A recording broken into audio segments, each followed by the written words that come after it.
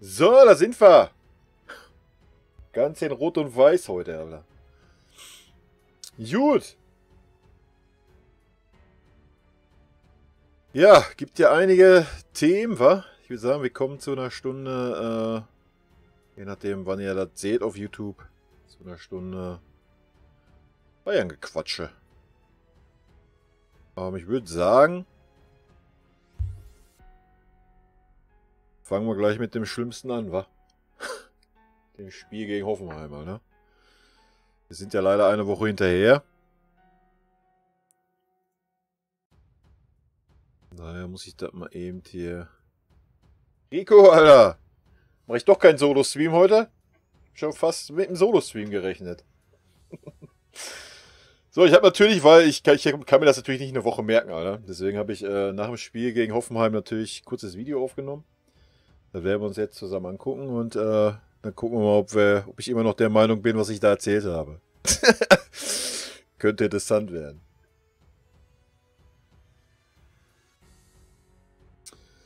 Tja, Servus. Seht ihr mich doppelt? Servus. Zukunft. Servus. Ja, wir haben jetzt eine Viertelstunde nach dem Spiel gegen Hoffenheim und wie gesagt, ich nehme jetzt hier so ein paar Worte auf. Wir gucken mal, ob wir am Sonntag dann damit noch konform sind in einer Woche. 4-1 verloren in Hoffenheim. Verdient verloren. Steht außer Frage. Leider. Ich meine, ich hatte ja schon ein bisschen ein schlechtes Gefühl, dass es nicht wirklich reichen wird. Und ja, ich denke, die Hoffenheimer haben das ausgenutzt, was auszunutzen war. Und ja, ich denke mal, die zweite Halbzeit hat man es gesehen, dass einfach keine Fitness da war. Ja.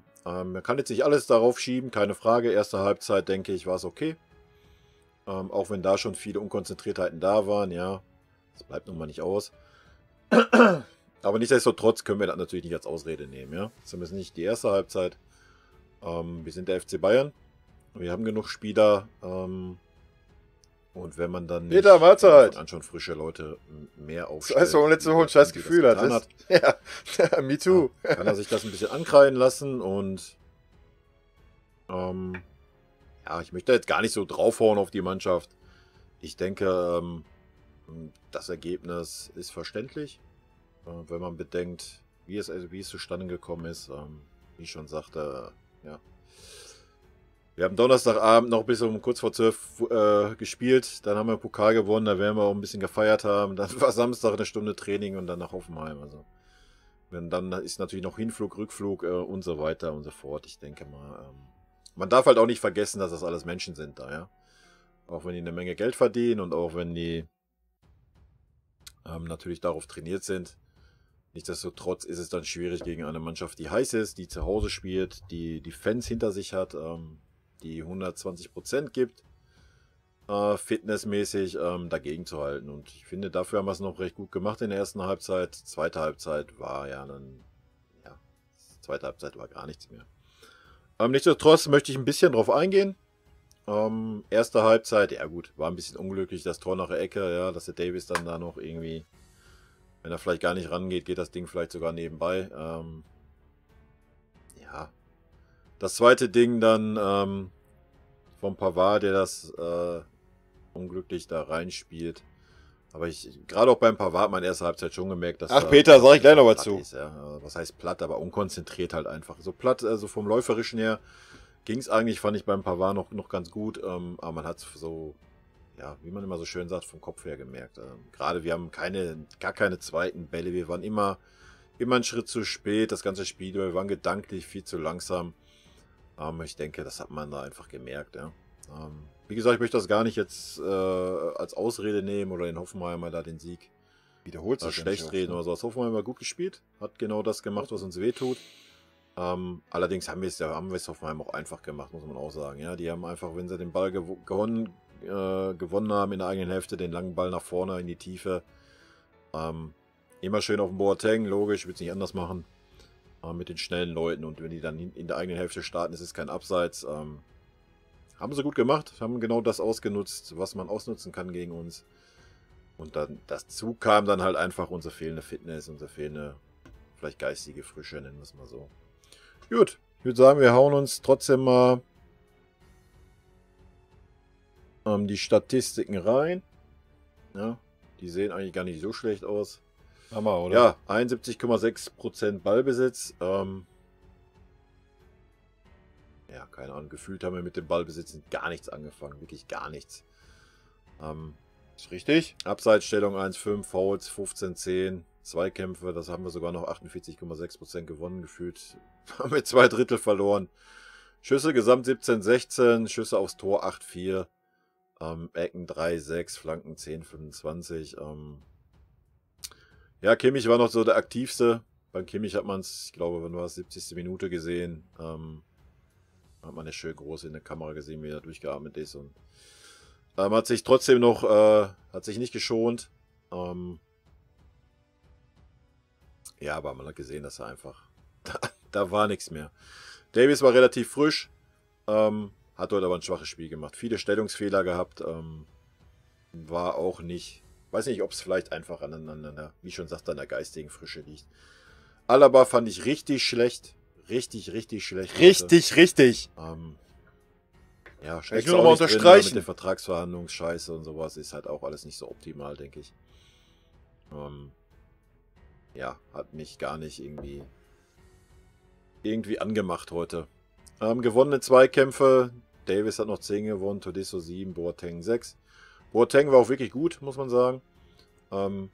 Ja, dass er einfach Geschwindigkeitsnachteile hat, wenn die auf ihn laufen, müssen wir uns nichts vormachen. Das ist einfach so. Aber ansonsten hat er souverän gespielt, wie ich fand. Guck mal, jetzt ist Tolisso aktueller über den alten drüber. Muss ich hier so an die Seite gehen. War auch schwach. Geil. Da muss mehr von kommen. Klar, muss man da auch ein bisschen bedenken, dass er aus langen Verletzungen kam und so. Er hat mich klont. Wenig gespielt hat und sowas. Das muss man einfach berücksichtigen, dass er nicht irgendwie da auf einmal dann der Leistungsträger wird. Wie man sieht, hat er sogar noch 7 Zweikämpfe gewonnen, also war ja gar nicht so schlecht.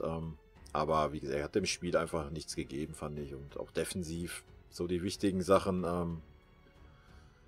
Ja, mir sind halt mehr die negativen Sachen bei ihm in Erinnerung geblieben, wie die positiven vom Spiel. Und das sagt immer viel aus. Schüsse insgesamt, Zirkzee 4, Sané 3, Müller 2. Sané hätte man zur Halbzeit draußen lassen sollen.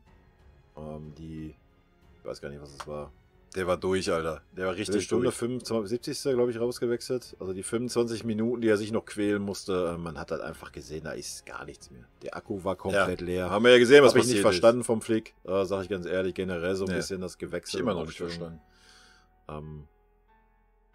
Ja, da denke mal, da kann man ruhig mal ein paar kritische Töne auch in Richtung Flick bringen. Kann man auch. Dass er Levi eingewechselt hat, sich auch schenken kann. Ja, kann ich irgendwo verstehen. Dass man dann den Zirkzee rausnimmt, habe ich nicht verstanden. Dass man sagt, ja, ich bringe den Levi vielleicht nochmal, weil er immer für ein Tor gut ist, aber jetzt mal ernsthaft, ich habe Lewandowski nicht auf dem Platz gesehen. Also den Wechsel hätte man sich komplett schenken können. Und Zirkzee war gerade der in der zweiten Halbzeit besser ins Spiel fand. Erste Halbzeit war er, ja, hast du nichts gesehen von ihm, ja, muss man auch sagen. Allerdings hat er auch keine Bälle gekriegt und hing so ein bisschen in der Luft. Aber ich denke, das ist auch normal, wenn man nicht irgendwie eingespielt ist und nie auf dem Platz steht. Zweite Halbzeit fand ich ihn eigentlich gut bis zur Auswechslung. War viel mehr involviert, war viel besser im Spiel drin. Deswegen fand ich es ein bisschen schade, dass er ihn rausgenommen hat. Man hätte heute, wenn man unbedingt gewollt hätte, hätte man den Müller rausnehmen können. Hätten Levi bringen können, weil Müller, ich habe keine Ahnung, was er heute gespielt hat. Ich weiß nicht, ob es eine Anweisung war, eine taktische, aber der Müller war nur außen heute. Keine Ahnung, wenn es taktisch so gewollt war, war es schlecht vom Flick, ja. Auch zweite Halbzeit, wir waren irgendwie gefühlt 30 Minuten nur links. Ja? Der Gnabry lief links rum, der Koman, ich meine, der ist linker Verteidiger, das stimmt, Alter. Noch links rumläuft und rechts stand leer. Rechts stand nur der Müller, aber der Kimmich dann alleine. Ab und wann ist dann der Müller da hinten rausgerückt? Und das war's. Also, habe ich nicht verstanden. Also, wir haben nicht unser Spiel über außen haben wir einfach nicht aufgezogen heute. Ich weiß nicht warum. Ich denke mal, der Flick wird sich eher gedacht haben, wir gehen mehr durch die Mitte oder durch die Halbposition. Hat nicht wirklich geklappt, würde ich sagen. Fand ich ein bisschen schade. Ich denke,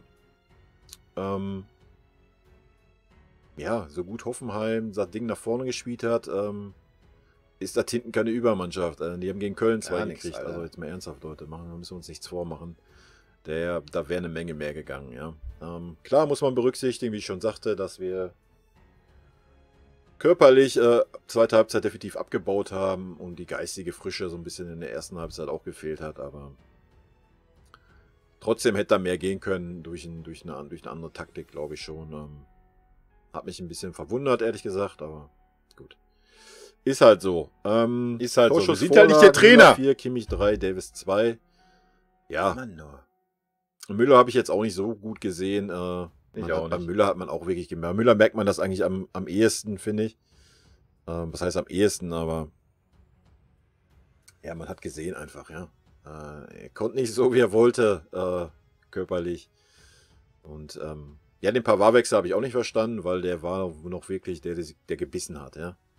Der wirklich gebissen hat. Klar hat er dann hinten den Fehler gemacht und hat auch so 1, 2 Abspieldinger gehabt, aber das hat jeder heute gehabt. Also die ganze Mannschaft war heute nicht auf der Höhe. Ja. Da gab es keinen, den man jetzt sagen konnte, yo, du warst heute in Normalform, ja. Was zu erwarten war, keine Frage.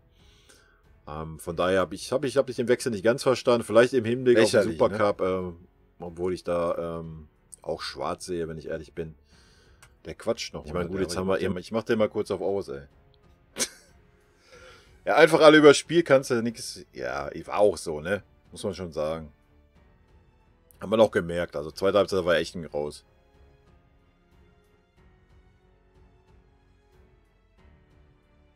Kimmich Fußballgoal. Ja, da kommen wir gleich noch zum Dortmund-Spiel. Er hat sich ja dann noch verletzt, also nee, genau. Ja, aber man hat es halt auch gesehen, der war halt echt durch einfach, ja. Also den hätte man schon viel früher rausnehmen müssen. Also. War vielleicht perfekter Zeitpunkt für den Dämpfer. Ja, das werden wir heute sehen, denke ich. Ja, da kommen wir gleich noch zu Hertha. Auch nicht verstanden, warum Coman nicht über rechts sind. Ja, das habe ich gar nicht verstanden. Die standen teilweise mit allen 3 Leuten 20 Minuten gefühlt auf der linken Seite, Alter. Und haben nur über links gespielt.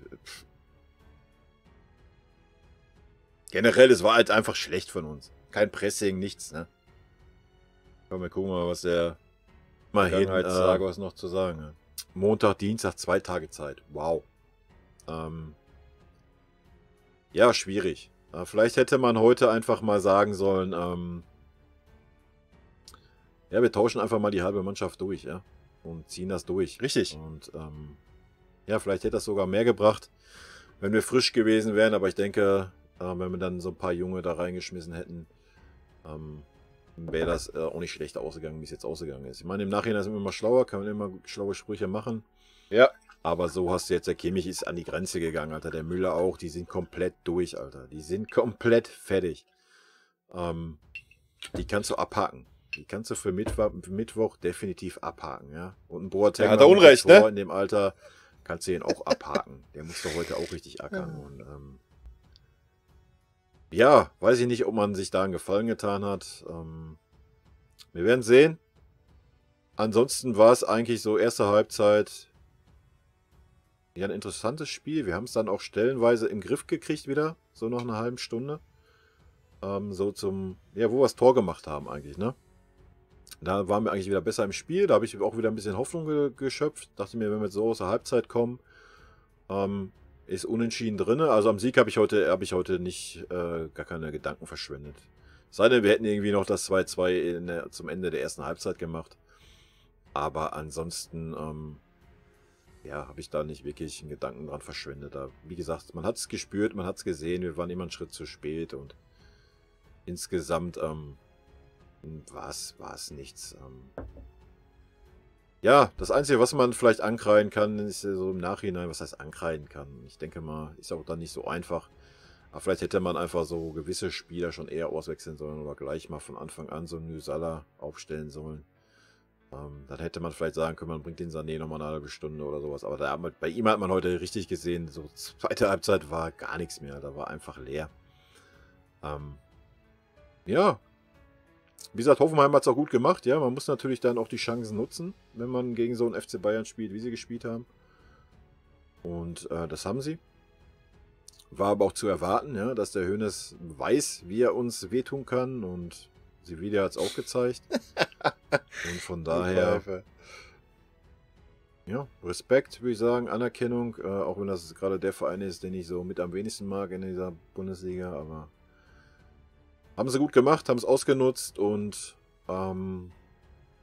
ja, es wird ja jetzt nicht weniger, also wir werden es nicht leichter haben die nächsten Wochen, ne? Und ich hatte ja, wie gesagt, so, meine Prognose war ja so, dass der Erfolg uns trägt so ein bisschen, der Champions League Erfolg, dass ein paar Spiele anhält, dass wir einfach noch auf dieser Welle schwimmen.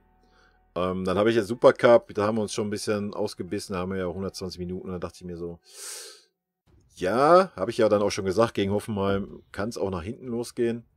Dann war so ein bisschen die Hoffnung, ja, vielleicht reitet man auf der Erfolgswelle nochmal, von dass man den Pokal gewonnen hat.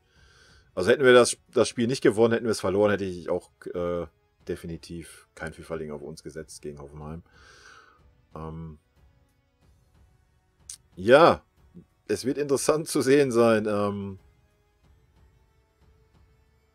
ja, wie der Flick jetzt damit umgeht. Ne? Weil es wird ja nicht so sein, dass die Spieler jetzt frischer werden bis Weihnachten. Wie würdest du das anstellen? Wir spielen alle 3 Tage. Und von daher... Ich meine, die Gegner haben das jetzt auch gesehen. Ne? 2-mal. Sevilla hat ja eh nicht gespielt. Noch ein bisschen aggressiver, wie ich fand. Ja, ich bin gespannt, wie die nächsten Spiele werden. Gegen Dortmund wird ein ganz anderes Spiel. Die Dortmunder werden spielen nicht so wie jetzt Hoffenheim. Dortmund wird nicht sagen, ja, wir haben nur 28% Ballbesitz. Das glaube ich nicht. Das wird ein anderes Spiel werden. Aber auch da sehe ich uns von der Frische her schlechter dran. Allerdings, ja, da geht es nochmal um irgendeinen so Popelpokal. Kommt drauf an, wie ernst wir den nehmen, denke ich. Popelpokal. Bisher haben wir den nie wirklich ernst genommen. Muss man mal ein bisschen schauen. Ich bin gespannt. Ansonsten, ich gucke mal eben die nächsten Spiele Bundesliga. Zu Hause gegen Hertha. Ja, wahrscheinlich auch weiterhin ohne Fans, wenn man sich so die Zahlen anguckt. Wir werden es sehen. So sieht's aus. Ist ja dann noch eine Woche Zeit jetzt, wie es sich entwickelt. Gut, dann spielen wir DFB-Pokal, erste Runde. Donnerstags, dann spielen wir samstags in Bielefeld. Dann zu Hause Frankfurt, dann Köln. Also wir haben jetzt erstmal so ein bisschen, in Anführungsstrichen, leichtere Gegner. Aber du kannst davon ausgehen, wenn du gegen die Bielefelder werden sich auch ein Bein ausreißen. Die Frankfurter wissen auch, wie sie gegen uns zu spielen haben. Also von daher, es werden interessante Spiele werden. Ja, und dann haben wir schon das Spiel in der Bundesliga gegen Dortmund, ne? 7. November.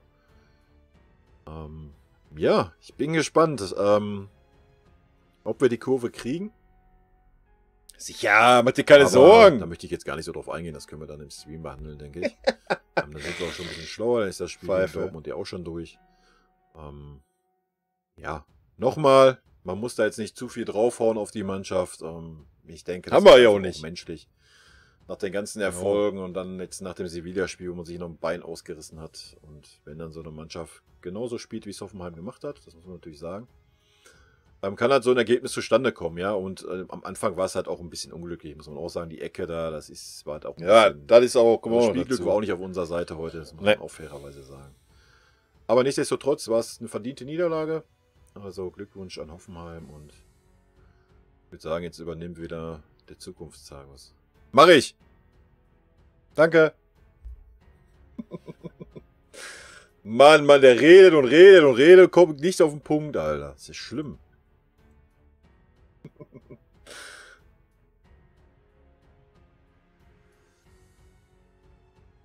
Ja, müssen wir abhaken, ne? Was soll man da noch groß zu sagen, Alter? 4-1 verloren. Und gut ist. Können sie heute besser machen, denke ich. Vor allem, wenn wir uns so mal die Tabelle angucken, wird es auch Zeit heute für einen Sieg, oder? Sollen wir uns erstmal kurz die Ergebnisse angucken, oder was? Ich denke. Meine grandiosen Tipps wieder. Rico, du hast ja 2 Punkte mehr geholt wie ich, oder was? Was ist da los? Und hier der Peter, Alter. Gerade neu dabei und gleich 16 Punkte, oder was? Gleich auf dicke Hose, wa? Gut, Union hätte ich so klar nicht gedacht, ne? Aber dass sie gewinnen, da waren wir uns ja so ziemlich alle einig. Stuttgart-Leverkusen, ja. Keiner Unentschieden, doch. Rico. Ja, da wusste ich nicht. Da war ich echt unsicher. Ich dachte so, die Leverkusener kriegen mal die Kurve, aber irgendwie ist da auch nichts mehr los, oder? Die spielen nur noch unentschieden, Alter. Dass die Hoffenheimer nicht gewinnen, war logisch, ne? Wenn ihr mal drauf achtet, jeder, der uns schlägt, denkt irgendwie auf einmal so, er ist jetzt so die Übermannschaft, Alter, und kriegt im nächsten Spiel direkt einen auf den Keks. Von daher habe ich einfach für Frankfurt getippt. Und wie man sieht, ja, der Rico auch, Alter. Mann, Rico, nur ein Spiel falsch, wa? Ja, ist echt so, ne? Wenn du da mal nachguckst, jeder, der gegen uns gewonnen hat, das letztes Jahr die Gladbacher waren oder was, dann kriegen sie gleich im nächsten Spiel gegen irgendeine Wurst in den Keller, Alter. Ja, dass die Gladbacher haben endlich mal ihren ersten Sieg geholt, wa?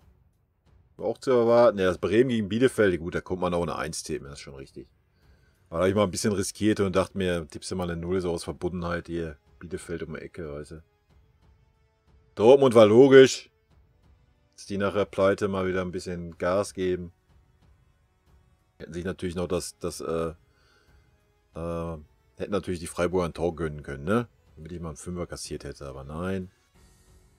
Ich sehe, der Peter hat auch 4-1 getippt. Ja, Leipzig-Schalke 4-0 ist natürlich schon hart. Ich habe gedacht, so ein bisschen so der neue Trainer, ne?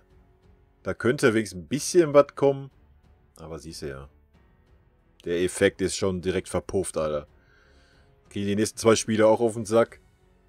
Kann er direkt wieder gehen, oder was? Aber immer die Freiburger, ne? Gegen Dortmund, weiß ich auch nicht. Tun sich immer schwer. Achso, Peter, muss mir mal deine... Also die Bonusfragen-Tipps kannst du mir noch schicken. Die trage ich dir noch nach, gerne. Also die Absteiger und Meister und so, was du da tippen möchtest. Aber ich meine, du bist ja ein Spieler dabei und hast den Snafu schon überholt. Schade, dass der jetzt nicht da ist.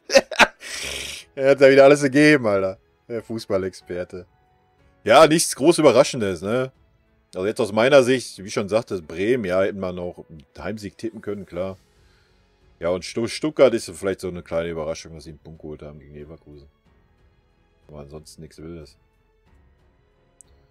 Wenn wir uns das Geschehen jetzt mal angucken, ich meine, wenn wir heute gewinnen, ist ja alles im Lot, ne? Wenn wir natürlich nicht gewinnen, sieht es natürlich schon wieder schlecht aus. Muss man ja auch sagen. Aber ich gehe ja hier davon aus, dass wir Hertha heute aus dem Stadion schießen, oder? So 4-2 oder sowas, könnte ich mir vorstellen. Kommt drauf an, wer hinten spielt. Vielleicht auch 4-1. Ich weiß gar nicht, was ich getippt habe.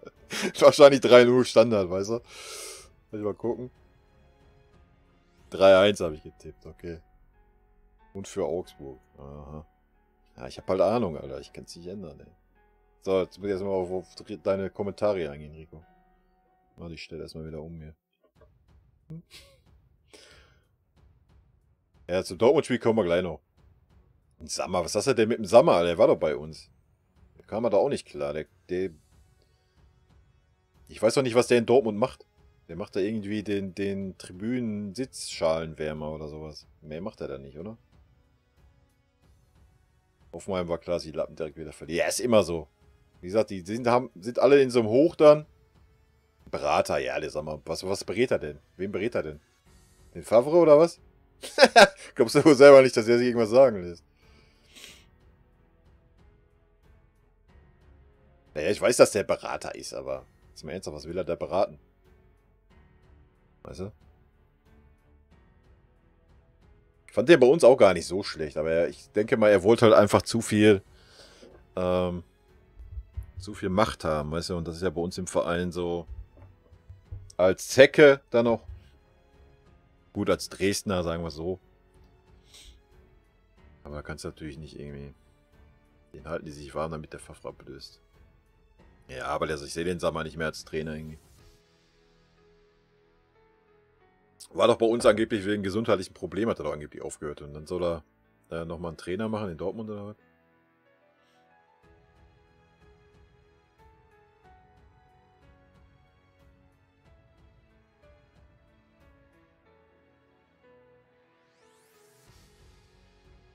Komm, ich würde sagen, wir hauen jetzt eben das zum Dortmund-Spiel rein. Das ist auch nicht so lang, glaube ich. Dann können wir richtig eskalieren hier.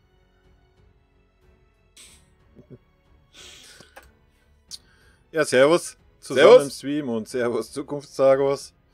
Ja, ist er wieder. Die kleine Zusammenfassung von Bayern gegen Dortmund Supercup-Finale. Ich denke, es war ein interessantes Spiel. Gerade erste Halbzeit war es denke ich auch. Okay, denke ich. Zweite Halbzeit hat man schon ein bisschen gemerkt, gerade so ab der 60., 70. Minute. Schön ist, wenn der jetzt labert, kann ich was dass essen. Beide schon auch bedacht sind, ein bisschen für die Bundesliga zu schonen. Also, dass das Spiel jetzt nicht so super wichtig ist, der Titel. Ich habe den Pokal trotzdem mal mit hier in den Hintergrund genommen. Aber ich denke, dass wir alle 5 Titel, wenn man den jetzt so... Sieht aber auf jeden Fall besser aus wie der europäische Supercup, oder? Ganz frisch nach dem Spiel ist auch noch, man kann auch mal emotional sein. Ja! Ne? Deswegen ja sonntags. Könnt natürlich auch samstags direkt nach dem Spiel ins Stream anschmeißen, aber dieser Saison mit dabei zählen möchte. Im einem Jahr holt, ist schon bemerkenswert. Auch gerade nach dem Spiel gegen Hoffenheim, denke ich. Ja, ich denke, wir schmeißen erstmal einen Blick in die Statistiken, dann gehe ich ein bisschen auf das Spiel aus meiner Sicht ein. 3:2, Torschützen Tolisso, Müller, Kimmich. Ballbesitz 57:43, Fouls 9:17. Man sieht, die Dortmunder waren ein bisschen fickriger. Nichtsdestotrotz ist Zweikämpfe ausgeglichen. 49:5, 50:5. Schüsse insgesamt 11:7. Schüsse auf... Ne, bei Twitch darfst du das leider nicht. Du darfst nur Amazon-Dingens über Twitch machen. Das Tor 7:4. Ecken 5:5, Flanken 11:7. Ja, wie man sieht, sehr ausgeglichen die Kiste. Ich könnte aber mal, wenn es ein Bundesligaspiel gegen Dortmund ist, könnte ich mir das natürlich hier anmachen. Nur den Ton laufen lassen und du siehst meine Reaktion. Ich glaube, das reicht schon. Spieler, gewonnene Zweikämpfe, Coman, Davies 7 und Coman 6. Bei Dortmund, Schahn, Monier und Hummels. Hab ich auch so gesehen. Nico, sag ich auch noch. Gerade Can das gut gemacht hat. Sehr gut auf, oder die war mal einer Meinung gespielt hat da. Ich weiß nicht, was er gespielt hat. Rechtsverteidiger oder was? Oder hat er sogar Innenverteidiger gespielt? Ich habe keine Ahnung. Sehr. Der Can war stark bei Dortmund, ne? Warum gibt es dann immer zum Bild vom Can hier? Ja, sehr komisch. Hat er aber auf jeden Fall gut gespielt, aber ist in meinen Augen da komplett verschenkt. Das nur mal nebenbei. Gefault worden, interessiert uns nicht wirklich. Torschussvorlagen, Levi 2, Tolisso 2, Müller 1. Schüsse insgesamt, Kimmich 5, Müller 2, Tolisso 2 und Ballkontakt der 116 Davies, 97 Hernandez und 84 Hernandez war gut. Ja, das sind die Statistiken. Wie ich schon sagte, ich denke, erste Halbzeit haben wir ein gutes Spiel gesehen, von beiden Seiten. Wobei man sagen muss, nach dem 2:0, ja, also nach einer halben Stunde, oder sagen wir mal nach dem 2:0, das war 32 Minuten, war Dortmund tot. Ja, war Dortmund wirklich tot. Ich habe auch nicht ganz die Körperhaltung dann verstanden bei Dortmund, also alle waren irgendwie so erklärt so einiges, denke ich, warum die Dortmunder teilweise so komische Ergebnisse haben und sowas. Ich habe da jetzt nicht so wirklich ein Aufbäumen gesehen bei Dortmund. Nicht wirklich den Willen. Aber gut, wir wollen jetzt hier nicht über den BVB reden. Nee. Ja, wollen wir auch nicht. Dass wir sie dann zurück ins Spiel holen. Ja, durch unsere Unkonzentriertheiten, unsere Fehlpässe. Ja, selber schuld. Ja. Wir hätten einfach dem 2:0 in die Pause gehen können, nach der Pause. Rico, sage ich auch noch. Und dann wäre die Kiste durch gewesen. So haben wir die Dortmunder zurückgeholt. Wie gesagt, erste halbe Stunde fand ich Dortmund sehr gut. Was sie gut gemacht haben. Sobald wir einen Rückpass gespielt haben, also nach hinten gespielt haben, haben sie rausgeschoben, haben gepresst. Da hatten wir einige Probleme mit. Gerade Martinez. Ihr wisst, ich mag Martinez sehr. Besser Mann. Kam da gar nicht so mit zurecht. Generell war er nicht so stark. Beziehungsweise, was heißt nicht so stark? Er war schon defensiv gut. Aber nach vorne hin hat er sich viel zu selten eingeschaltet, hat sich viel zu selten angeboten, so wie es so ein Goretzka macht oder ein Kimmich, wenn er da spielt. Denk mal, da hat man so ein bisschen das Defizit gesehen. So, ansonsten, ja, Martinez halt, Leute, hinten gut. Ja, wie ich schon sagte, also erste 30 Minuten fand ich die Dortmunder okay, haben sie ganz gut gemacht. Aber man hatte von Anfang an nicht so wirklich den den Willen gesehen, fand ich irgendwie. Generell war es so ein bisschen, für mich war es so ein bisschen Freundschaftsspielcharakter. Wie gesagt, erste halbe Stunde war okay von beiden Seiten, aber danach, so zweite Halbzeit, fand ich schon extrem so Freundschaftsspielcharaktermäßig, ja. Klar, die Dortmunder sind da nochmal gekommen, haben auch das Tor gemacht durch den Haaland. Danach waren die Dortmunder, haben sie auch eine gute Phase gehabt, wo sie am Drücker waren. Ja, dass der Favre dann den Haaland rausnimmt, denke ich mal, sagt den Stellenwert dieses Spiels. Ich denke, wäre der Haaland auf Platz geblieben, wäre es vielleicht anders gelaufen. Wäre es auf jeden Fall ein bisschen spannender gewesen, aber die Leute, die er da eingewechselt hat, da irgendwie so einen 18-jährigen Brasilianer, Alter, den hat der Hernandez zweimal abgefrühstückt im Zweikampf und da war der durch, der Typ, Alter. Ja. Habe ich nicht ganz verstanden, aber gut. Ich denke, wie ich schon sagte, der Supercup hat jetzt auch nicht so den mega Stellenwert bei uns. Ich habe ihn trotzdem mal mit hier reingenommen. In den Hintergrund einfach, weil ich denke, dass man 5 Titel in so relativ kurzer Zeit oder in einer Saison, wenn man den jetzt zur letzten Saison mit dazu zählt, gewinnt, ist halt auch nicht so oft. Und von daher habe ich ihn mal mit reingenommen. Ansonsten, ja, so viel gibt es nicht zu sagen zum Spiel. Ich dachte, wie ich schon sagte, wir haben ein interessantes Spiel gesehen, gerade erste Halbzeit, denke ich. Wir haben es gut gemacht. Man muss auch mal sagen, dass wir ja eine gute Einstellung auch hatten, ja. Eine gute Moral. Ich denke mal, man hat schon gesehen, dass der ein oder andere echt so ein bisschen durch ist. Gerade ab der 60. Levi war wieder komplett durch, Leute. Komplett, weil er... Ich würde Levi echt mal irgendwie 2 Wochen oder 1, 2 Spiele echt Pause gönnen. Also, ich weiß nicht, ob es daran liegt oder nicht, aber auf jeden Fall war vom Levi gar nichts zu sehen. Konnte sich gar nicht ins Spiel einbringen. Ja, er hat natürlich alles versucht. Das ist nicht so, dass er keinen Bock hat. Ja. Er hat alles versucht. Er hat sich mal fallen lassen ins Mittelfeld, nach außen. Aber irgendwie, ja, fehlt so das Spielglück. Ne? Und so der letzte... Ja, aber ich finde, beim Levi hat man schon das Gefühl, so die letzten 10% fehlen. Ne? Was verständlich ist, fehlt bei dem einen oder anderen. Beim Levi fällt es vielleicht ein bisschen mehr auf. Weil halt einfach die Tore fehlen. Ansonsten, ja, Tolisso war ein bisschen verbessert, wie ich fand. Aber allgemein kann da natürlich noch ein bisschen mehr kommen von Tolisso. Martinez hatte ein bisschen Probleme, wie ich fand. Ich hoffe, ich erzähle das jetzt nicht doppelt. Aber ich musste das nochmal hören.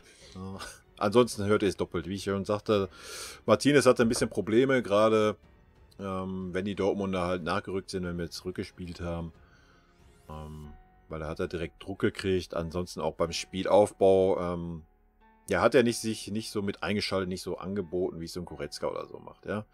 Ist allerdings auch nicht so gerade schon erzählt, Junge. Spielweise, also von daher müssen wir da ein bisschen Abstriche machen.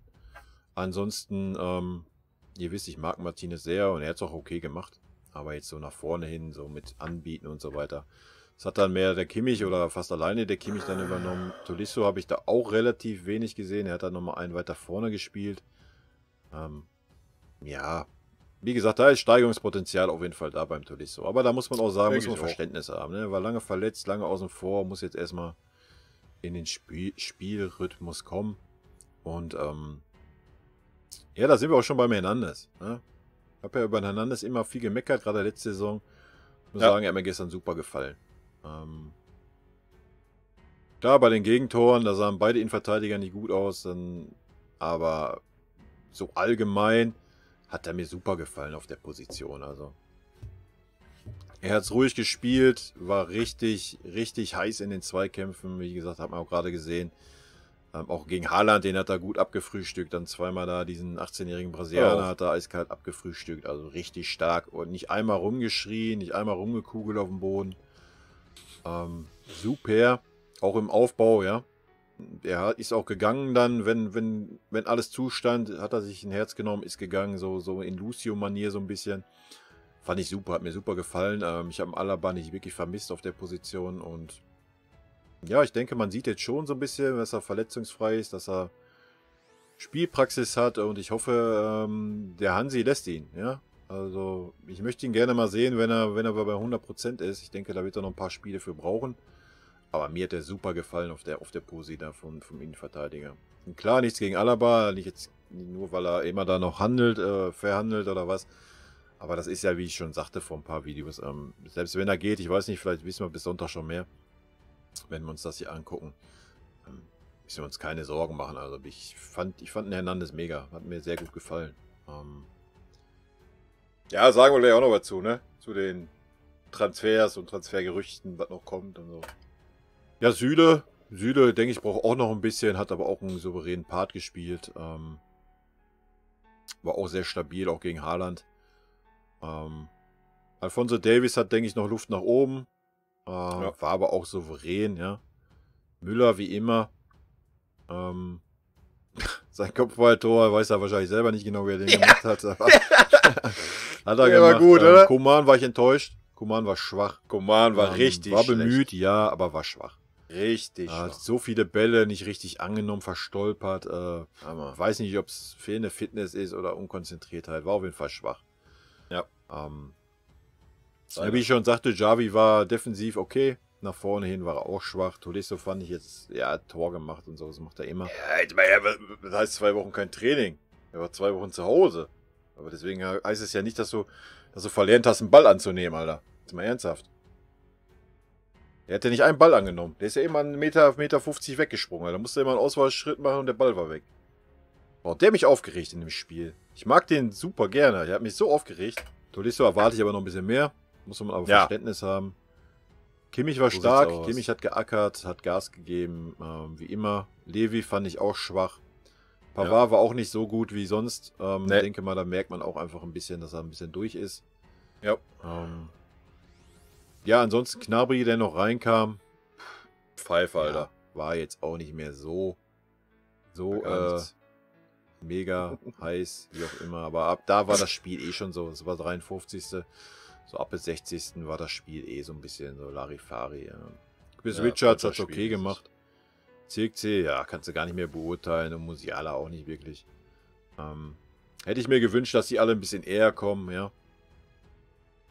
Ja. Ich meine, Gnabry okay, aber jetzt mal ernsthaft, du kannst doch gerade in so einem Spiel dann, ich meine, gut, da sieht man vielleicht, dass wir es ein bisschen ernster genommen haben, aber kannst du doch ab der 60. kannst du doch die 3 jungen Joster da reinschmeißen. Ja.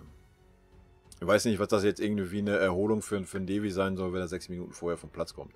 Ja, I don't know, Leute. Kann ich nicht nachvollziehen. Genau wie Pavard, jetzt 14 Minuten. Wow, er musste 14 Minuten nicht spielen, Leute. Wahnsinn. Ich denke mal, es reißt jetzt nicht raus. Ich denke mal, so eine halbe Stunde wird das schon eher Sinn machen. Fand ich ein bisschen schade. Ich meine, ich finde es gut, dass er sie überhaupt einbaut. Aber wahrscheinlich auch so ein bisschen gezwungenermaßen, weil einfach nichts anderes da ist. Ja, aber ansonsten, da über die Klamotten können wir dann auch im Stream live reden. Können wir! Kriegen wir hin. Kurz und schmerzlos. Wir haben ein gutes Spiel gesehen. Wir haben auch gesehen, erste Halbzeit, dass beide gewillt waren. Beide Gas gegeben haben. Zweite Halbzeit haben es die Dortmunder ein bisschen besser gemacht. Waren besser im Spiel, so die erste Viertelstunde. Ja, haben es dann aber irgendwann war es ein sehr fahriges Spiel auch, fand ich. Viele Fehlpässe, viele Ballverluste auf beiden Seiten. Da hat man halt schon gemerkt, so die Unkonzentriertheit, dass man vielleicht, wo ich es bei den Dortmunder nicht ganz verstehen kann, die hatten irgendwie 6, 7 Wochen Gar Vorbereitung. Nicht, Alter. Bei uns muss man da einfach aktuell, bis zur Winterpause, wo es auch nicht wirklich eine gibt, muss man da ein bisschen Verständnis haben, denke ich. Gut, das soll es gewesen sein. Ich übergebe wieder an den Zukunftssagos und mach das! Dann werden wir im Stream noch ein paar Worte zu dem Spiel verlieren, denke ich.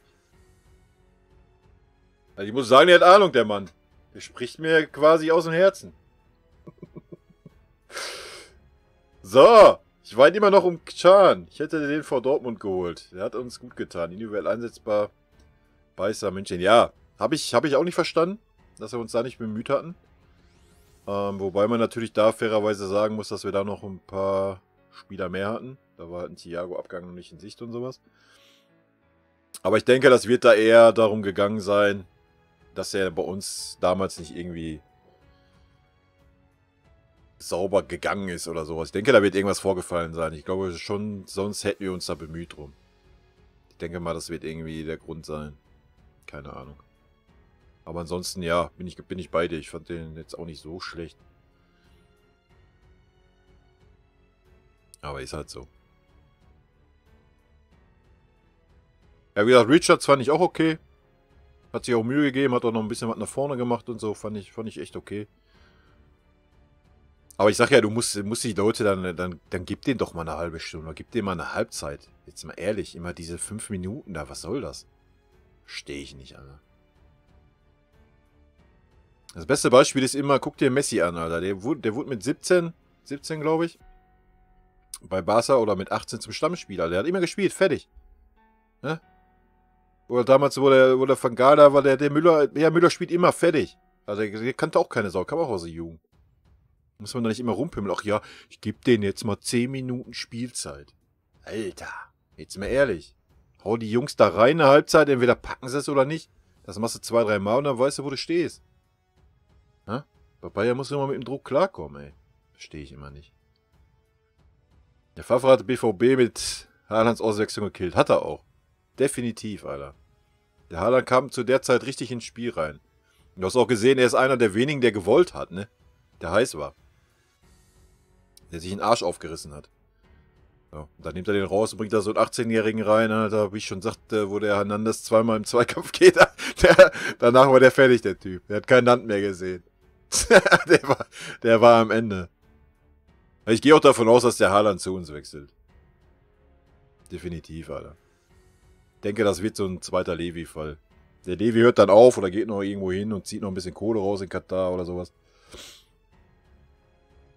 Und dann kommt der Haaland. Wäre nächstes Jahr oder übernächstes Jahr. Martinez soll man einfach als Mensch behalten. Ja, definitiv, Alter. Ich weiß auch nicht, der Martinez ist so ein Typ, auch wenn ihr dem mal... Ich weiß ja nicht, ob ihr das macht, wenn ihr mal auf dem Bayern-Kanal so diese Quiz anschaut und sowas. Sind da ein paar coole bei, auch mit Ribéry, Robben und sowas. Wenn du da mal die Videos mit Martinez reinziehst, Alter, einfach...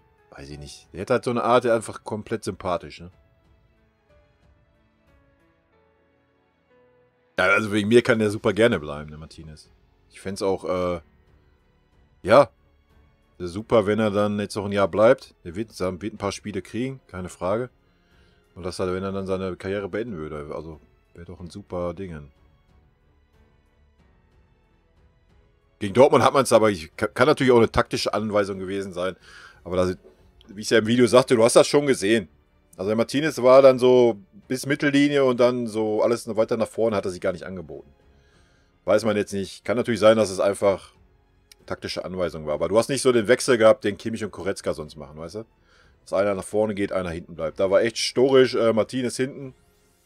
So, aber kann oder wird wahrscheinlich taktische Natur gewesen sein.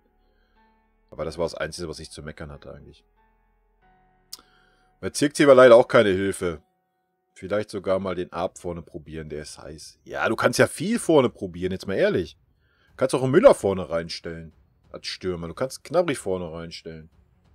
Ich meine, der Gnabry spielt das in der Nationalmannschaft auch. Ich meine, ich mag ihn jetzt eh nicht so, aber er scheint das ja auch ganz gerne zu spielen. Also ich denke ja nicht, dass wir da keine Möglichkeiten haben. Ja, und den Arp lass erstmal machen, Alter. Jetzt mal ernsthaft. Er hat sich letztes Jahr nicht durchgesetzt, das hat er mal... Ach, den Fein hast du geschrieben, okay. Aber den A passt ja auch noch, aber lass dir mal in der zweiten Mannschaft erstmal ein bisschen Fuß fassen.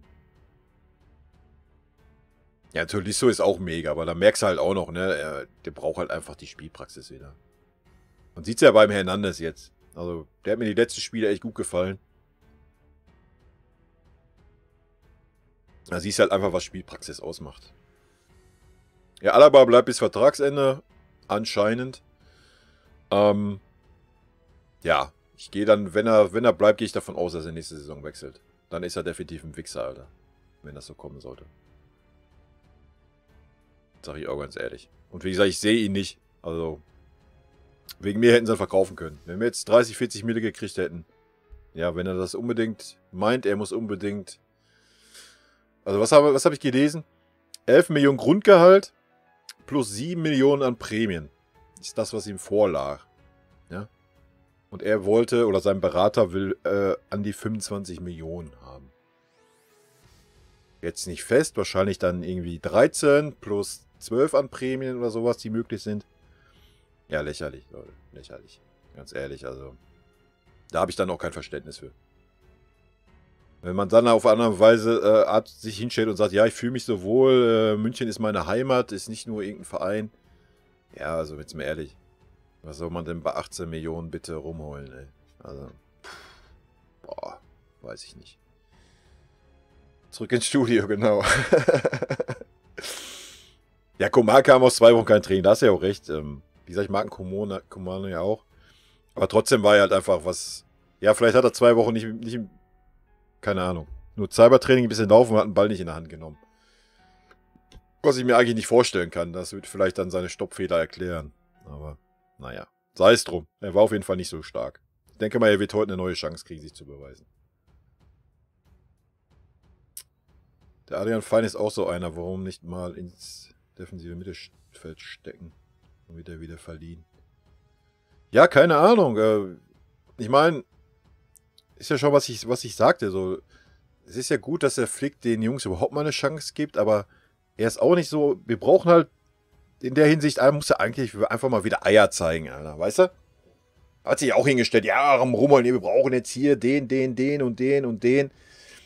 Ja, und jetzt siehst du, jetzt wird da so ein Choupo-Moting gehandelt. Ich meine, ist jetzt nicht so verkehrt, wenn er für umsonst und kleines Geld und so.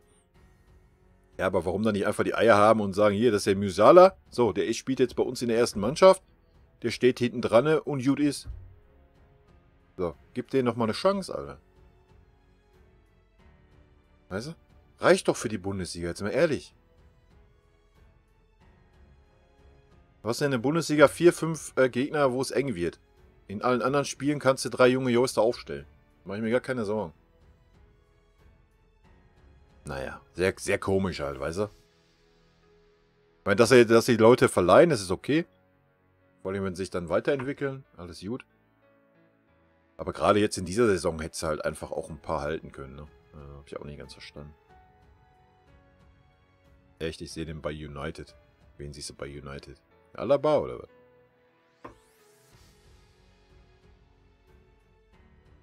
Ja, na klar sind da 6, 7 Millionen für den Haaland. Nee, ich sehe den nicht bei United. Ich sehe den bei uns. Ja, du musst ja jetzt nochmal, du musst ja schon jetzt gucken. Lass den Levi noch max 2 Jahre. Und dann? Also. Ich meine, dass er nicht zu uns wechseln wollte, ob wir uns da jetzt so bemüht haben, sei mal dahingestellt. Ist klar. Aber was willst du ihm sagen? Du bist der Backup vom Levi oder was? Aber wenn der halt auch so ist, dass er selten verletzt ist und sowas, sehe ich den schon bei uns, Alter. Da wird der Geldkoffer mal aufgemacht. Und jetzt mal ehrlich, guck dir Menu an. Was hat Menu denn zu bieten? So die letzten Jahre, wo dümpeln die denn rum? Oder willst du mir sagen, dass Menu die in nächster Zeit irgendwie was in England reißen wird? Ne, die kommen da. Liverpool geht eh nichts vorbei. Guck mal, jetzt hast du noch den James und den alten Dingens in Everton. Drehen auch durch.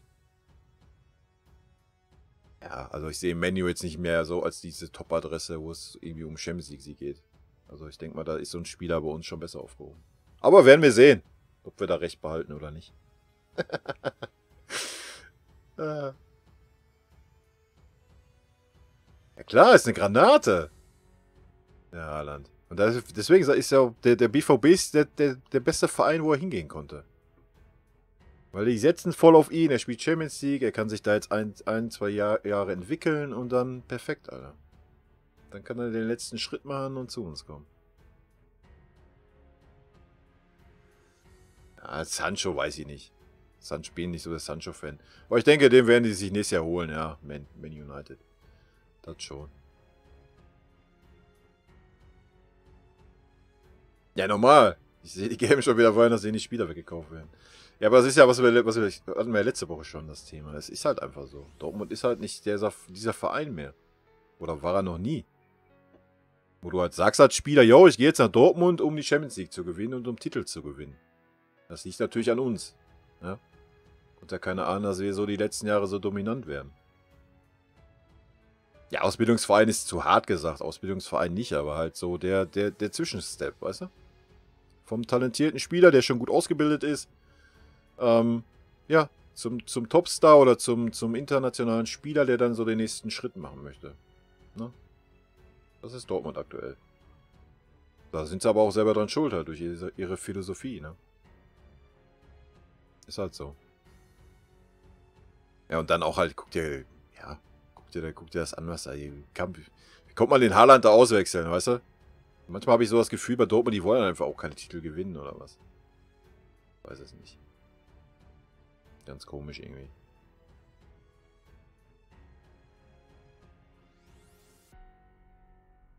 Ja, na klar.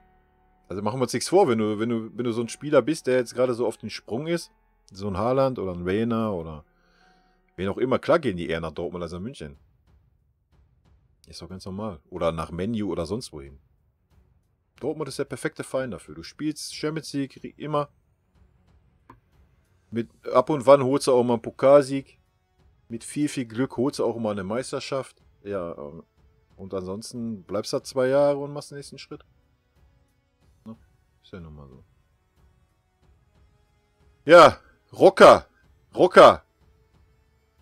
Heißt der Rocker? Oder wie spricht man den? Wahrscheinlich nicht Roger oder sowas, oder? Aber wir haben einen Rocker jetzt bei uns. Ist aber noch nicht fix, glaube ich, oder? Ja, ich denke schon, der passt bei uns. Gut, der Rocker. Ich denke schon, der passt bei uns. Ich habe mich letztes Jahr ein bisschen mit ihm beschäftigt. Wo es bei uns hieß, weil da standen ja 40 Millionen im Raum. Das fand ich halt schon arg viel. Ja, ich denke, wenn er bei uns den nächsten Schritt geht, das muss man halt sehen, ja. Aber das musste Thiago auch. Oder Martinez. Ja, denke ich schon, dass da was geht. Wäre natürlich cool, wenn der Martinez dann bleiben würde. Dann hätte er nochmal so einen Companiero, weißt du? Der ihn so ein bisschen einführt in München, ne? Ist ja auch nicht so verkehrt dann. Weil sonst sind die alle weg, ne? Wir haben keinen Brasilianer mehr, wir haben keine Spanier mehr dann. Ist dann halt nicht ganz so einfach, ne? Ja, ist halt ein guter Ballverteiler, ein sicherer Part, so, weißt du? Hat schon so ein bisschen was von Alonso. Jetzt nicht, klar kannst du es jetzt nicht so auf eine Stufe stellen. Aber so von der Art her halt, ne? Ja, Götze war auch der neue Messi, ja, genau. Naja, mein Gott, der ist 23, glaube ich. Ja, er muss halt dann bei uns den nächsten Schritt gehen. Aber wenn du jetzt für 9 Millionen kriegst, Alter, was ist los? Klar, musst du mitnehmen. Bitte dich. Also hat auf jeden Fall Potenzial. Und den Rest muss man halt sehen, ne? Wie sie sich entwickeln bei uns. Aber, ja, wenn nicht jetzt, wann dann? Weißt du? Jetzt hast du die Chance, da so einen Spieler einzubauen. Und einer reicht auch jetzt zentral noch. Ne? Wir haben 3 Zentrale. Also da muss man es auch nicht übertreiben, dass man jetzt sagt, wir brauchen noch 5, 6 zentrale Mittelfeldspieler. Alter. Soll mal ruhig bleiben. Zur Not, wenn der Alaba bleibt, der Alaba kannst du auch ins Mittelfeld stellen. Ist ja seine Lieblingsposition. Dann wird der ganze buschig. Also von daher. Weil ich, wie gesagt, ich habe den Hernandez super stark gesehen als Innenverteidiger. Wenn ich Hernandez Süle da hinten sehe, ja, sehe ich einen Alaba da nicht. Weißt du? Da würde ich einen Alaba eher ins Mittelfeld ziehen. Oder halt im Wechsel mit dem Davis links hinten, aber du kannst den Davis auch nach vorne schieben. Womit wir wieder beim Choupo-Moting sind. Also, ja, weiß ich nicht. Weißt du? Also ich sehe halt auch schon, Davis würde ich halt auch immer ganz gerne so eine Halbserie vorne sehen. Wo er ja eigentlich herkommt. Genau, den gibt es ja auch noch. Ich weiß nicht, ich weiß den Namen nicht mehr, Alter. Ich kann den eh nicht aussprechen. Aber den 18-jährigen Franzosen, der kann ja auch beides spielen. Also da sehe ich keinen Handlungsbedarf sonst. Wenn der kommt, der Rocker, super. Definitiv haben wir eine gute Alternative. Ansonsten auf Außen, ja, aber wie gesagt, du kannst den Davies nach vorne stellen, du kannst den Alaba wieder als linken Verteidiger stellen. Weil wenn der Hernandez so spielt, wie er gespielt hat gegen Dortmund, ja, ist doch alles gut, ey. Und ich sehe ihn mehr innen wie als linken Verteidiger. Ansonsten kannst du noch einen außen holen. Ja, da sind wir aber beim Choupo-Moting, weiß ich nicht. Zu schlecht für Paris, gut genug für Bayern oder was? Ich meine, ich hab den damals schon viel gesehen. So. Also ist ja kein schlechter, aber ich habe auch gar nicht verstanden, dass er überhaupt so lange bei Paris war, Alter. Also, weiß ich nicht. Ich hätte ja eigentlich damit gerechnet, dass wir den Perisic so zurückholen. Ich habe gedacht, so, wir sind da nur so. Wir ziehen das durch, um den Preis zu drücken, habe ich gedacht. Ich habe da fest mitgerechnet, dass der Perisic kommt. Nichts gegen den Sandro, wa? Also, Sandro war mega. Ich habe ja, Ich habe ja The Zone und ich habe mir das Spiel auf The Zone angeguckt. Den Supercup. Da war der Wagner ja. Als Experte und Co-Kommentator. Mega, Alter. Mega. Also vom Charakter her mega Typ. Fußballerisch war er schon immer eine Wurst. Bis auf seine 2 guten Jahre, die er hatte. Ja. Aber vom Typ her mega. War mega interessant, ey. War echt gut. Hat er echt gut gemacht. Sehr gerne geguckt. Ja, wie ich schon sagte. Ansonsten außen irgendwas kannst du. Ja, wenn ich. Weiß ich auch nicht, ey, was da gehandelt wird. Ich meine, wir haben nur noch einen Tag, also. Ne? Ich denke auch noch nicht, dass das Thema Götze schon ganz abgehakt ist. Obwohl ich ihn eigentlich, sehe ich keine Posi bei uns für ihn, weil für außen ist er zu langsam. Und ja, zentral brauchen wir halt eigentlich, ja, wenn der Müller halt mal Probleme kriegt. Aber hatten wir ja auch schon, da kannst du auch unsere Nähe da hinten hinstellen. Du kannst einen Tolisso da vorne hinstellen. Du kannst einen Gnabry da hinstellen. Also. Und jetzt haben wir ja noch den Callum Hudson-Odoi, ist ja auch schon wieder im Rennen, habe ich gelesen. Der Brazzo ist heiß auf ihn. Aber wie ich da lese, dass es da um 80 Mille geht, erst ausleihen und dann ein Jahr später fest verpflichten. Also ich meine, der Sané hat 45 gekostet. Sehe ich nicht irgendwie, was das begründen sollte, dass wir da irgendwie so viel Kohle ausgeben. Aber mal schauen. Chupacabra-Typ hat beides nicht. Ja, komm, der hat schon ein paar gute Phasen gehabt, gerade in Mainz. Aber jetzt, ja, ist so ein Durchschnittsspieler, weißt du? Und das ist, was ich sagte, anstatt dann so einen zu holen, dann sag doch, hier, ist der Musiala und fertig, Alter. Und dann lass den mal spielen, 90 Minuten, oder lass den mal eine Halbzeit spielen. Klar werden die Schwankungen haben, die sind jung, die Joyster, logisch. Aber dann macht doch das besser, als so ein Choupo-Moting zu kaufen, oder? Ich meine, der ist ja umsonst, aber trotzdem. Den da irgendwie 4, 5 Mille will er bestimmt auch haben. Wahrscheinlich wird es der FC Bayern ist, sind 6 Mille oder was weiß ich was. Sehe ich auch nicht, ey. Weiß ich nicht. Gut, er könnte noch ganz vorne spielen, als Backup vom Levi. Ich denke mal, das ist so der Gedanke dahinter. Na? Weil, wie man sieht, wir brauchen ein Backup für den Levi. Der Levi ist im Moment außer Form, außer alles, Alter. Er versucht zwar viel und so, aber irgendwie, weiß ich nicht. Ich glaube, der ist so vom Kopf her einfach im Moment nicht so wirklich da. Ja, lächerlich. Also, wie gesagt, ich sehe da auch keine 80 Mille für so einen Spieler. Also,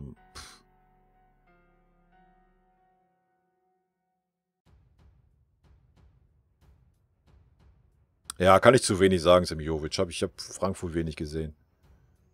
Weiß ich nicht, ob der eine Option wäre. Weil ich meine, wenn es danach geht, hättest du auch den Beißer holen können. Der war auch umsonst. Guck mal, was Barca verramscht hat, Alter. Oder Real auch. Und Gareth Bale für umsonst, Alter. Und übernehmen noch einen Teil vom Gehalt. Ja, hätte ich auch als Backup für außen bei uns gesehen. War da auch schon mal im Gespräch. Und den Beißer, Alter, der ist immer für Tore ist ja immer gut. Hä? Waren alle umsonst. Wir beschäftigen uns jetzt, Cavani war auch umsonst, genau. Ja. Und wir beschäftigen uns jetzt mit Choupo-Moting oder was, Alter. Was ist los, ey? Schlimm. Ja, ich bin gespannt, was noch passiert morgen. Angeblich wären ja 3, 4 Spieler noch im Raum stehen gewesen. Die kommen sollen. Ich meine, wenn jetzt der Rocker safe ist, wie gesagt, ich denke, der wird schon passen bei uns. Wenn er den nächsten Schritt geht, definitiv. Ja, aber ansonsten, was ist auf dem Markt, Alter? Es ist auch nur noch Krütze auf dem Markt. Sehen wir ja, wenn Choupo-Moting und Götze gehandelt werden. Ja, weiß ich nicht. Wie gesagt, der Flick ist ja so ein Götze-Flüsterer. Ich meine, wenn er kannst du da machen für ein Jahr irgendwie. Ja, was soll's, Alter. Kleines Geld. Wie ich schon sagte, auf kleines Grundgehalt und auf Prämien aus, wie er spielt und so. Warum nicht? Wir werden ja sehen, ob er eine Posi findet oder nicht. Ja, Choupo-Moting weiß ich nicht. Keine Ahnung. Kaufen die ganzen Ex-Schalker im Moment oder was? Ah, Cavani wäre auch mega gewesen, Alter. Hätte ich auch gefeiert bei uns. Ist auch so ein richtiger Drecksack. Aber Manchu war da auch noch im Gespräch. Ja, lass uns doch den Manchu. Ich würde den Manchu nehmen, Alter. Jederzeit. Ich fand den so mega bei uns. Also Mandzukic. Klar, ist ja jetzt auch schon alt und so, aber Ja, als Backup. Junge. Gönnt euch. Definitiv. Ja, ich würde mich auch über den freuen, über den Hudson-Odoi. Definitiv. Aber doch nicht für das Geld, Alter. Shaqiri, ja, Serdan. Hat's ja bei uns auch nicht wirklich geschafft. Kraftwürfel. Und Kloppo hat noch so im Himmel gelobt und jetzt ist er auch außen vor. Ja, aber es wäre ja bei uns nicht anders, weiß ich mein. Shaqiri ist auch 29. Er hätte bei uns keine andere Situation wie in Liverpool. Er wird bei uns auch nur auf der Bank sitzen, Alter. Wäre als Backup da. Wenn es so ist wie jetzt, wenn einer von den dreien ausfällt. Oder vielleicht nochmal einer eine Pause braucht. So. Deswegen, so ein Choupo-Moting kannst du das verkaufen. So ein Shaqiri, wie willst du den das verkaufen, Alter? Der will ja irgendwo hin, wo er spielt, weißt du? Schwierig. Ja, natürlich. Ich hätte auch nichts gegen Shaqiri. Wie gesagt, ich fand den auch mega bei uns. Ich fand es schade, dass wir den verkauft hatten. Aber sehe ich auch nicht, dass er nochmal zurückkommt.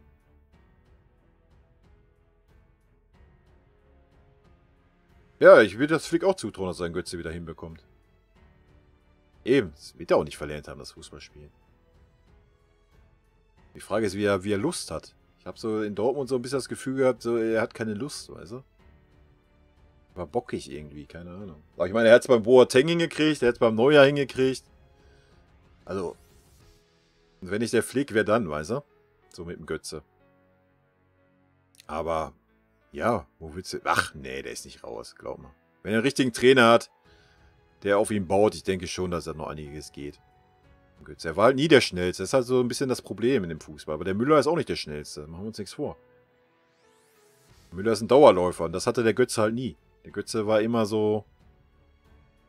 Ja, nicht schnell und wenig laufen. So, das müsste natürlich anders werden. Das war ja bei uns auch so, wo er bei uns war. Aber wie gesagt, der Müller hat ihn einfach kaputt gemacht. Und Götze brauchst du nicht auf Außen stellen. Da müssen wir uns ja alle nichts vormachen. Ja, heutzutage geht das nicht mehr. Kannst du knicken. Du kannst nicht so einen Lahm auf Außen stellen. Das geht nicht. Das siehst du ja schon bei Müller, wenn der Müller rechts außen mal spielt. Ja. Ich meine, der Müller macht das immer noch durch andere Sachen weg, aber...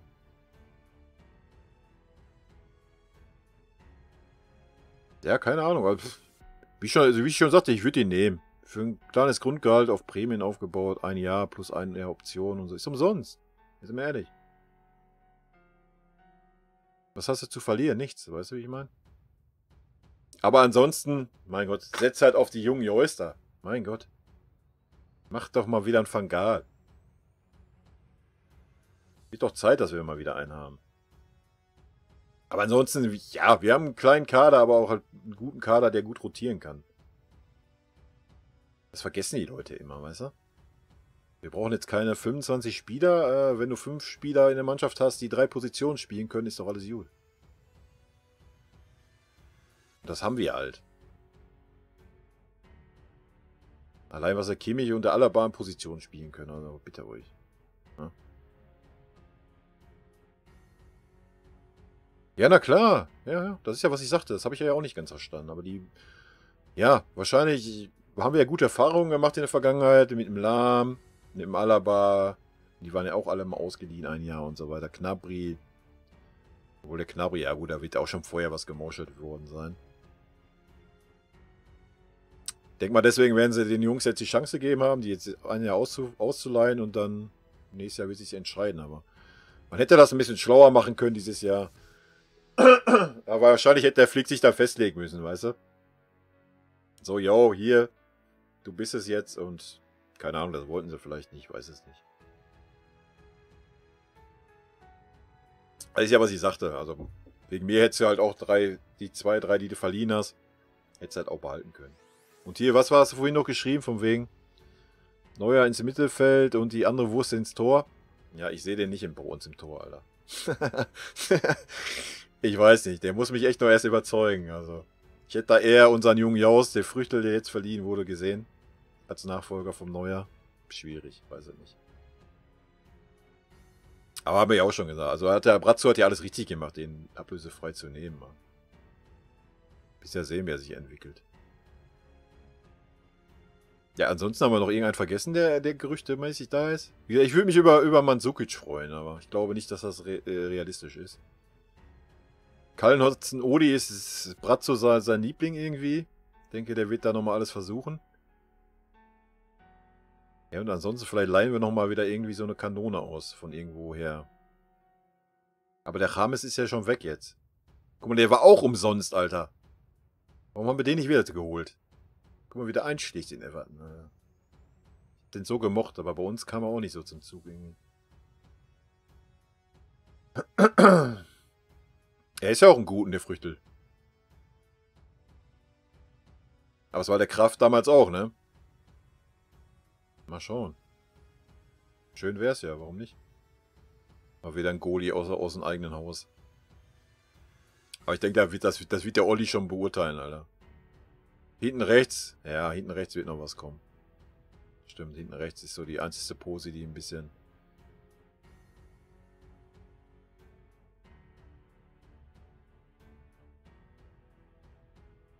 Ja, also kann ich sehen, Alaba auch immer im Mittelfeld, warum nicht?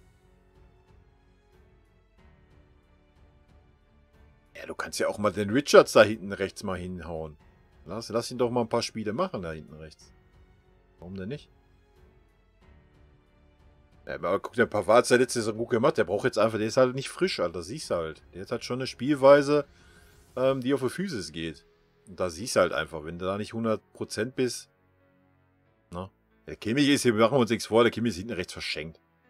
Nach den Leistungen, die er jetzt gebracht hat, wäre es Schwachsinn, ihn da hinten rechts hinzustellen. Weißt du, das ist so wie der Lahm, der war halt auch dann verschenkt irgendwann. Aber ich meine, gut, jetzt haben wir noch den Rocker geholt. Wahrscheinlich wird der Kimmich dann so der Notnagel sein hinten rechts. Wenn wir keinen mehr holen.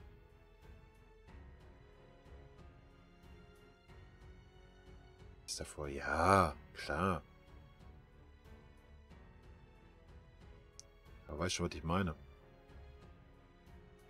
Ich weiß ja nicht. Wie gesagt, ich hätte auch einen jungen Jaus gesehen. Aber vielleicht holen sie ja noch irgendwie. Da waren ja 2 Engländer da im Gespräch. Warum nicht? Aber da der Alaba jetzt nicht geht, jetzt musst du auch mal wieder gucken. Dann hast du schon wieder ein Überangebot. Der Boateng geht ja auch nicht, wie es aussieht. Dann hast du den nächsten, also hast du einen Alaba, hast einen Hernandez, hast einen Boateng, hast einen Süle. Hast diesen 18-jährigen Franzosen, sind schon 5 Innenverteidiger für 2 Posis, oder was? Dann willst du den Pavard noch von rechten Verteidiger wegholen, weil du den rechten Verteidiger kaufst. Der soll dann auch noch innen spielen, hast du 6 Innenverteidiger. Seit wann sind wir dreifach besetzt, Alter? Weil müssen wir uns nichts vormachen, der Davis, was... Willst du den Davis rausnehmen? Hinten links? Ich denke nicht. Klar, wenn die vorne ausfallen, kannst du ihn nach vorne ziehen, ja. Aber wenn die vorne nicht ausfallen, weißt du, wie ich meine? Also da sehe ich gar keinen Handlungsbedarf. Gar keinen. Und wenn der Boateng noch geht, ja. Puh, schwierige Sache. Weißt du, hast du irgendwann wieder 20.000 Leute, die die Fresse ziehen, weil sie nicht spielen. Wenn der Flick jetzt so ein Ottmar wäre, der irgendwie durchrotiert, in gewissem Maße, ja, dann könnte ich das nachvollziehen, aber der Flick ist ja so einer, ich habe hier meine 11 Spieler und wechsle dann für 5 Minuten irgendwelche jungen Joster ein, weißt du? Er ist ja nicht der große Rotator, oder wie nennt man das? Rotator? Deswegen schwierig.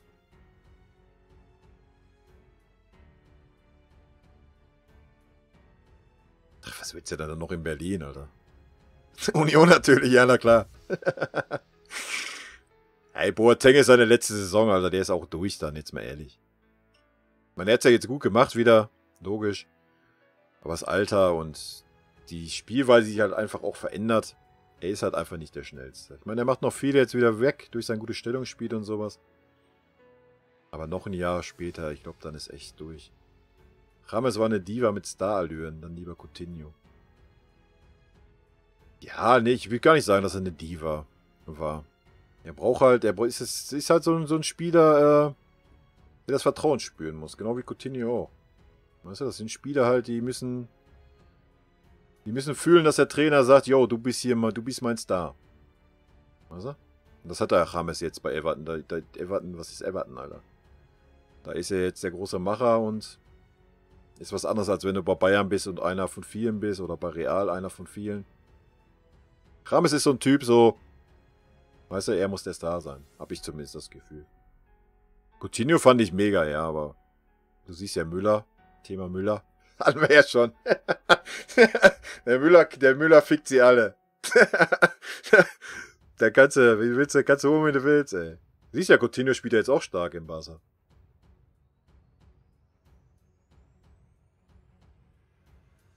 Ja, na klar. Also, er braucht halt auch einen Trainer, der an ihn hält. So, das hat er ja nicht gehabt bei Barca, der Coutinho. Obwohl beim Barca immer viel von Messi abhängig ist, ne? Wenn der Messi halt dann so sagt, so hier, den Coutinho mag ich nicht, ja. Dann kauft man den halt für 120 Millionen und verleiht ihn direkt wieder. Das ist ja so. Jetzt ist der Koeman da. Oder Kühlmann, weiß nicht, wie man ihn ausspricht. Der Messi ist eh nächstes Jahr weg bei Barca. Von daher wird der sich wahrscheinlich so denken, so ja, was der Messi uns jetzt erzählt, lassen wir dahingestellt. Könnte ich mir so vorstellen. Koeman, ne? Ronald Koeman. Ja, kommen wir nochmal kurz zum Spiel. Also ich habe ein gutes Gefühl heute. Ich habe echt ein gutes Gefühl. Nicht so wie die letzte Woche gegen Hoffenheim. Ich hatte mir ein bisschen danach Sorgen gemacht, muss ich fairerweise sagen. So gegen Dortmund hatte ich ein bisschen die Befürchtung, dass die Dortmund uns abschießen könnten. Aber, wie ich schon sagte, also wir haben unseren Charakter gesehen von der Mannschaft. Man hat gesehen, dass auch viele schon wieder gepumpt haben, ja. Ja, aber deswegen mache ich mir heute keine Sorgen eigentlich. Danach ist Länderspielpause, da können wenigstens ein paar durchatmen.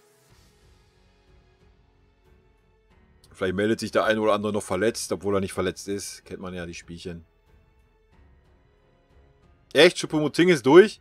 Nein. Zirkzee wird verliehen. Das finde ich gar nicht schlecht. Ne, finde ich echt nicht schlecht, dass ein Zirkzee verliehen wird. Weißt du warum? Weil er bei uns einfach nicht die Spielzeit kriegt gegen Navy. Machen wir uns nichts vor. Das ist traurig, aber wahr. Da hat der Flieg nicht die Eier für. Um mal zu sagen, so, ich nehme den Levi mal 2 Spiele raus und setze einen Zirkzee rein. Und du hast gesehen beim Zirkzee, also wie gesagt, gerade die zweite Halbzeit, der kam immer besser ins Spiel und dann wechselt. Das war wie mit dem Haaland, Alter. Kam auch besser ins Spiel, dann wechselt er den aus. Habe ich nicht verstanden gegen Hoffenheim. Kramaric als Backup. Ach komm, jetzt mal ehrlich.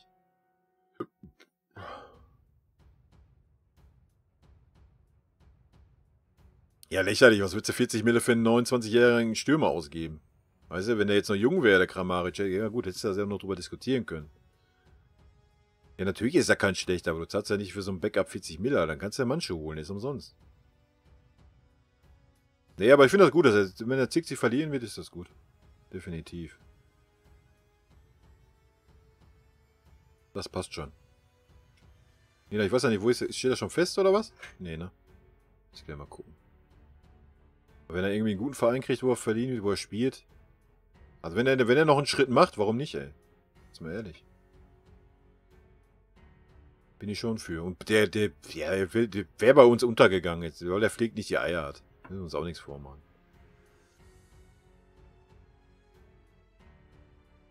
Ja, dann ist er nochmal Thema, ja, klar.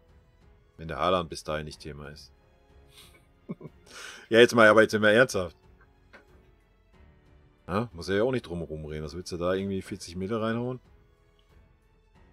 Dann kannst du lieber 80, auch wenn es an das verkehrte Volk ist, an Schwarz-Gelb überweisen.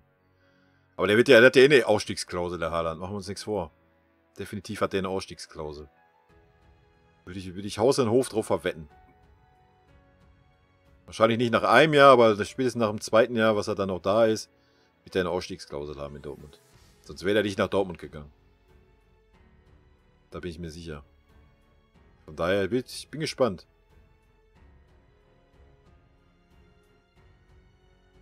Ja, keine Ahnung.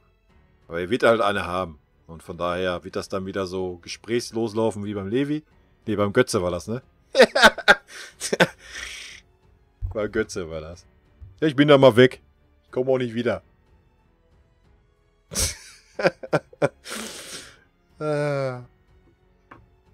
Ja, Er kann ja, weißt du, wenn das dann so der Traumverein ist. Ne, ich bin kein Bayern. Eigentlich bin ich, hier siehst du ja, ich bin Herthaner eigentlich heute. Nee, aber dann, keine Ahnung. Ja? Nach Manchester kannst du immer noch gehen. Nach Manchester kannst du auch gehen, wenn du 28, 29 bist. Also von daher. Kramaric wäre schon einer gewesen, den man ohne in der Bank schmissen. Ja, na klar. Aber nicht für 40 Mille. Machen wir uns nichts vor, Alter. Was ist denn los? 40 Millionen. Dass die Hoffenheimer den nicht abgeben wollen, ist ja wohl auch klar. Deswegen rufen die auf 40 Millionen auf. Ansonsten gebe ich dir recht. Also, wenn wir jetzt den Choupo-Moting als Backup für Levi haben, sehe ich auch schwarz, Alter. Muss also der Müller oder der Gnabry den Backup machen.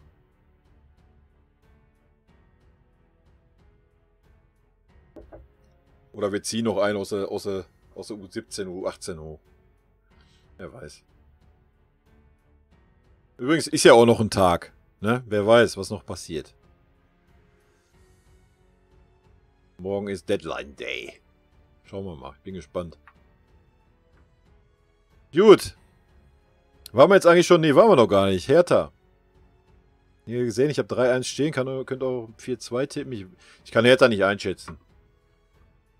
So viele 2 Jahresvertrag. Du ahnst es nicht, ey. Steht auch, was er verdient. Aber du lenkst mich schon wieder ab vom Hertha-Spiel. Nein, ich mache mir keine Sorgen eigentlich gegen Hertha. Bin guter Dinge. Sonst habe ich gegen Hertha schon mal ein schlechtes Gefühl gehabt, aber heute, also nach der Leistung am Mittwoch, von der Einstellung her, ja, na klar ist Hertha frischer und so weiter. Ist doch mal cool. Wir müssen das in der ersten Halbzeit halt durchschaukeln. So, dass die erste Halbzeit durch ist, danach können wir dann auslaufen lassen. Wir werden sehen, ob es so kommt. Ich hoffe es.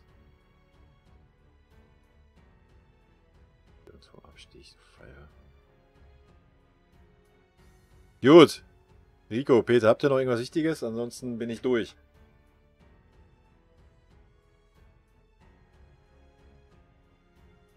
Anderthalb Stunde fast. Alto Belly. Naja, nächste Woche wird ja vielleicht noch mal ein bisschen länger dann, wa? Müssen wir mal unsere Neuzugänge begutachten, die morgen noch alle einschlagen. Bin gespannt. Aber dann ist ja auch erstmal Länderspielpause, ne? Dann haben wir eh erstmal einen ruhigen. Dann wird es also doch nicht so lang. Naja gut, bedanke ich mich, dass ihr da wart.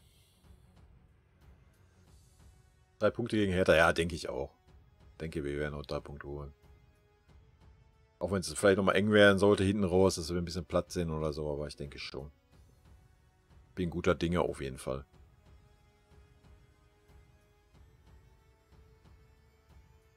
Kommt noch einer oder gehen sie in die Saison? Ich denke, es kommt noch ein rechter Verteidiger.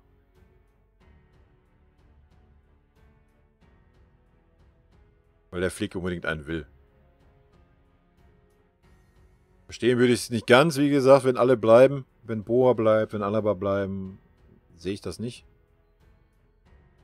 Aber ich denke schon, dass der Flick halt genauso denkt. Er möchte den Kimmich halt nicht wieder hinten rechts hinstellen. Im Notfall, weißt du? Denke ich, da wird noch was kommen. Ja. Denke, da werden wir nochmal 20 Mille investieren. Oder vielleicht kriegen wir irgendwo einen ausgeliehen oder sowas. Ich weiß es nicht. Aber das ist meine Prognose. Gut. Und, naja, Daumen drücken.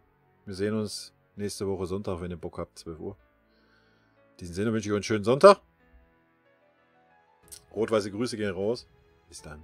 Ciao.